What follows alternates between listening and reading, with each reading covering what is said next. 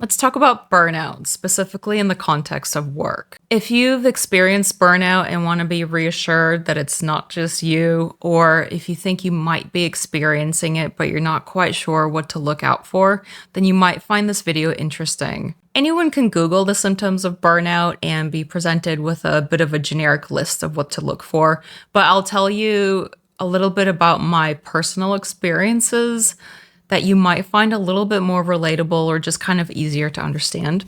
Now with tea. Before I get into it, I want to say that burnout is real and it can be very dangerous. Why can it be dangerous? Because it's something that people can power through for a very long time. They can live with this sort of persistent, low-grade sense of burnout for years and years and years. And the problem is, if you don't address it in time, then eventually things are just going to explode and it's going to be that much harder to recover from it. Take it from me. 3 main symptoms started happening to me that in hindsight, I now see as signs of burnout. Okay, now Molly's here. I don't know if you can see her. Molly. One symptom, and maybe this was the most obvious, is that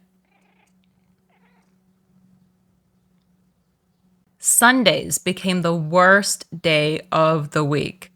I would wake up on Sundays filled with dread. I would go to bed on Sundays filled with dread. And the time in between, I just spent watching TV or doing something to try to turn my brain off from this feeling of dread. And what was I dreading? It was Mondays. What a terrible way to live. To spend an entire day every single week devoted to this terrible emotion. Like, no, no more. Another symptom that I was experiencing, and I think this one can be very, very dangerous because you can experience it for years and years, and then one day wonder, where the heck did your life go? And it was that I lost all of my interests in hobbies. I lost interest in so many things that I used to enjoy, like reading, writing, spending time outdoors, cooking, baking, you name it. And when I was living in that perpetual state of burnout, all of that stuff went away. Again, all I wanted to do was turn my brain off on weekends and try to recover enough from work so that I could go back to work. Terrible. I think hobbies are so important, and I think they provide your brain a lot more rest than turning your brain off does, especially if it's a hobby that brings you joy or that allows you to explore a little bit of creativity. So me, for example, one recent hobby that I picked up was inline skating or rollerblading. And it sounds silly. It's very much like a childhood thing from the 80s and 90s. No one around here does it anymore, especially not adults.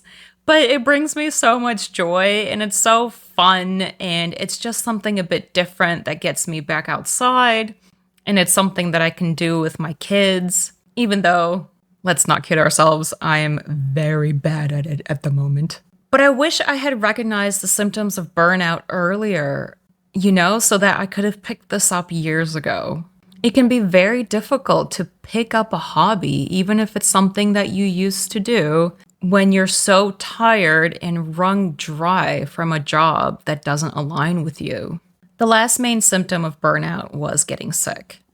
I spent the last couple of years at least sick almost constantly, especially through the winter.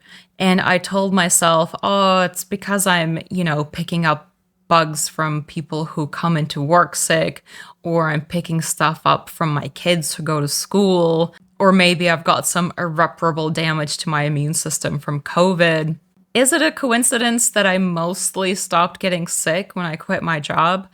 I don't think so. I think the constant levels of stress and anxiety and dread that I was experiencing were really making me just physically more susceptible to stuff that other people could just shrug off. Also, after I quit, I obviously got more opportunities to slow down if I actually was feeling sick. We hear that stuff all the time, especially for women. It's like, oh, if you're feeling unwell, just take it easy, take it slow, don't overexert yourself.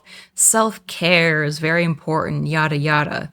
That's a lot easier said than done. Like, if I've got a flight early that morning heading to another city where I'll be giving a big presentation to a room full of people, and then I'll be expected to go out with these people for some evening drinks because I need to be seen as sociable. Where's the rest supposed to fit in? Sometimes reality does not make room for rest. And the last symptom I want to mention is irritability.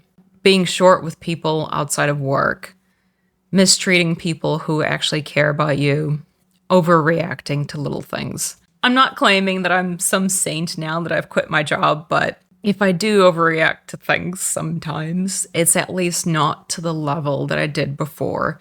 Before, it used to be scary. I was so stressed and tired from work. Work, work, work was at the front of my mind all of the time. I just didn't have room in my brain to tackle any other problems, no matter how small they were.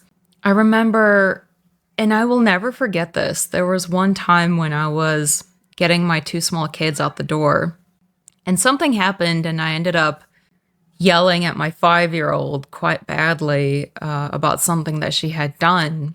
And it basically ruined her entire day that day. And she's 5, okay? She doesn't deserve that. Her only job should be go to school, enjoy school, come home from school, play, right? Actually, it was that moment that was the last straw for me.